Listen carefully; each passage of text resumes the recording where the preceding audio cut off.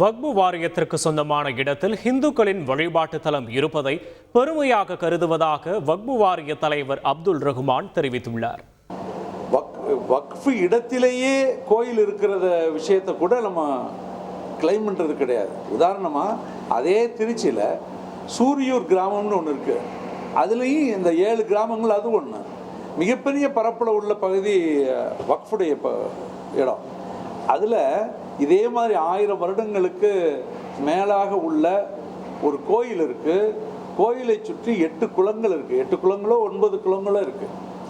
இந்த கோயிலும் இதை சுற்றி உள்ள குளங்களும் இந்து பெருமக்கள் வணக்க வழிபாட்டிற்கு உரியது, அது தொடர வேண்டும்னே ஆவணத்தில் இருக்குது. நம்ம அதை பற்றி எதுவுமே சொல்கிறது கிடையாது. சென்னையிலே கச்சேரி ரோடு பள்ளிவாசல், அந்த பள்ளிவாசலுக்கு 144 கிரவுண்டு இடம் இருக்குது. அதில் 4 கிரவுண்டு பேயழகர் கோயில்னு ஏதோ ஒரு கோயில் இருக்குது. பேயாழ்வார் கோயில் ஏதோ ஒரு கோயில் இருக்குது. அது 4 கிரவுண்டில். அது வக்ஃபு இடத்துல தான் இருக்குது. என்னைக்காவது நம்ம அதை பற்றி சொல்கிறோமா?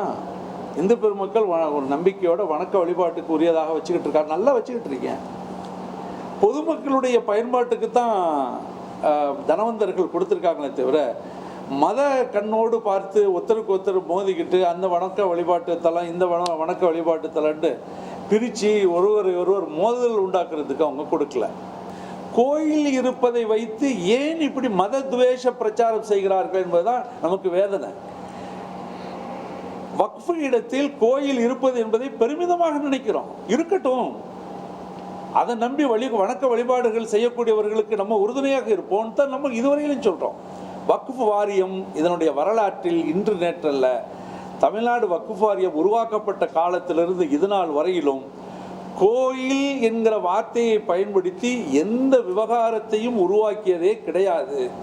இதுவரையிலும் கோயிலை சுட்டிக்காட்டி கிளைம் செய்ததும் கிடையாது என்பது இந்தியாவில் இஸ்லாமியர் வாழக்கூடாது என மத்திய அரசு நினைப்பதாகவும் வக்பு வாரிய திருத்த சட்டத்திற்கு எதிராக உச்ச நீதிமன்றத்தை நாடப்போவதாகவும் இந்திய யூனியன் முஸ்லீம் லீக் தலைவர் காதர் மொய்தீன் தெரிவித்துள்ளார்.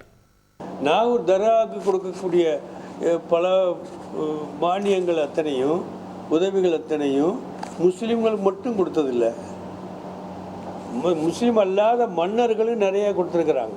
ஏர்வாடி தர்காவுக்கு அந்த ராமநாதபுரம் ராஜா கொடுத்தது ஆயிரக்கணக்கான ஏக்கர். முஸ்லீம்கள் யாருமே வாய்மொழியாக இஸ்லாமிய சட்டப்படி வாய்மொழியும் சொல்லலாம், எழுத்து மூலம் கொடுக்கலான்னு தான் இருக்குது.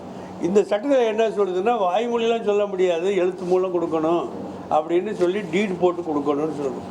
இப்போது முஸ்லீம் அல்லாத கொடுத்த வக்ஃப் என்ன ஆகிறது? முஸ்லீம்கள் அல்லாத கொடுத்த பள்ளிவாச இடம் என்ன ஆகிறது? முஸ்லீம்கள் அல்லாத கொடுத்த கபரஸ்தான் என்ன ஆகிறது? முஸ்லீம் அல்லாத கொடுத்த வக்ஃப் சொத் இது தர்காக்களுக்கு நாகூர் தர்கா அவங்க பக்கத்தில் இருக்குது. நாகூர் தர்காவுக்கு கொடுத்த மானியம் இருக்குது. மேலே குண்டு கட்டினது மினாரா கட்டினது தஞ்சாவூர் மகாராஜான்னு வரலாறு இருக்குது. அது கூடாதுங்கிறாங்க. அதனால் இது வக்ஃபே இல்லாமல் ஆக்கிறதுக்கான ஒரு சட்டமாகத்தான் நாங்கள் நினைக்கிறோம். அதனால தான் எதிர்க்கிறோம். இது எதிர்க்கிறது மட்டும் இல்லை, இது சுப்ரீம் கோர்ட் வரைக்கும் நாங்கள் போவோம். செய்திகளை உடனுக்குடன் தெரிந்து கொள்ள உடனே சப்ஸ்கிரைப் பண்ணுங்க.